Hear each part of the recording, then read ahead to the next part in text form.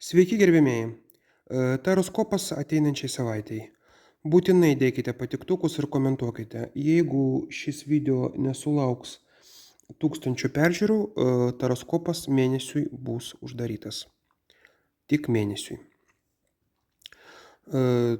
Taigi, kas laukia 12 zodiakų ženklų, jums atsakys masonų taro. Avinas. Fortūnos ratas labai sėkminga savaitė, kaip be pasisuk. Iš vienos ar iš kitos pusės tik pozityvas ir tik teigiami dalykai. Jautis.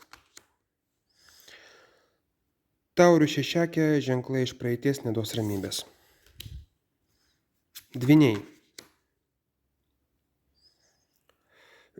Vėzdų pažas, naujienos, liūdnos naujienos kažkokios, be pozityvo.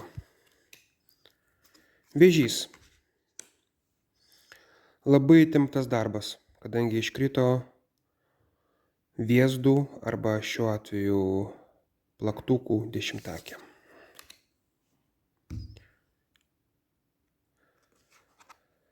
Liūtas. Pasaulio korta. Kelionė.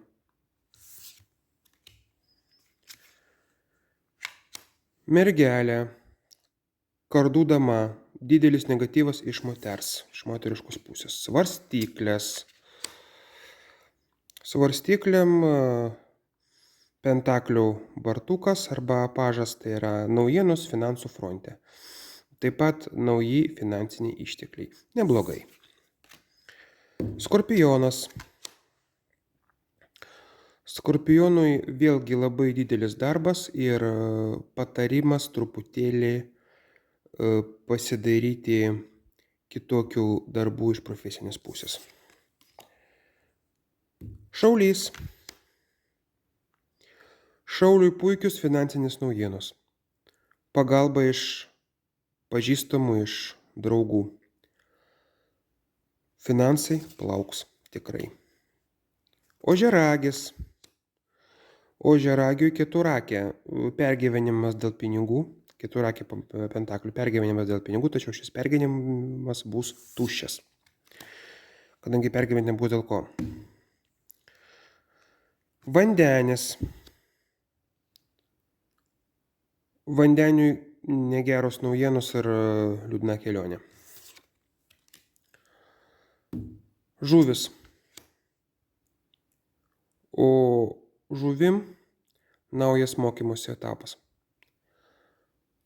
Bei naujienos moksle. Mokslo srityje. Žuvim reikėtų labai ir labai pasistengti. Toks yra taroskopas. Rašykit, komentuokit ir tebūnie šviesa.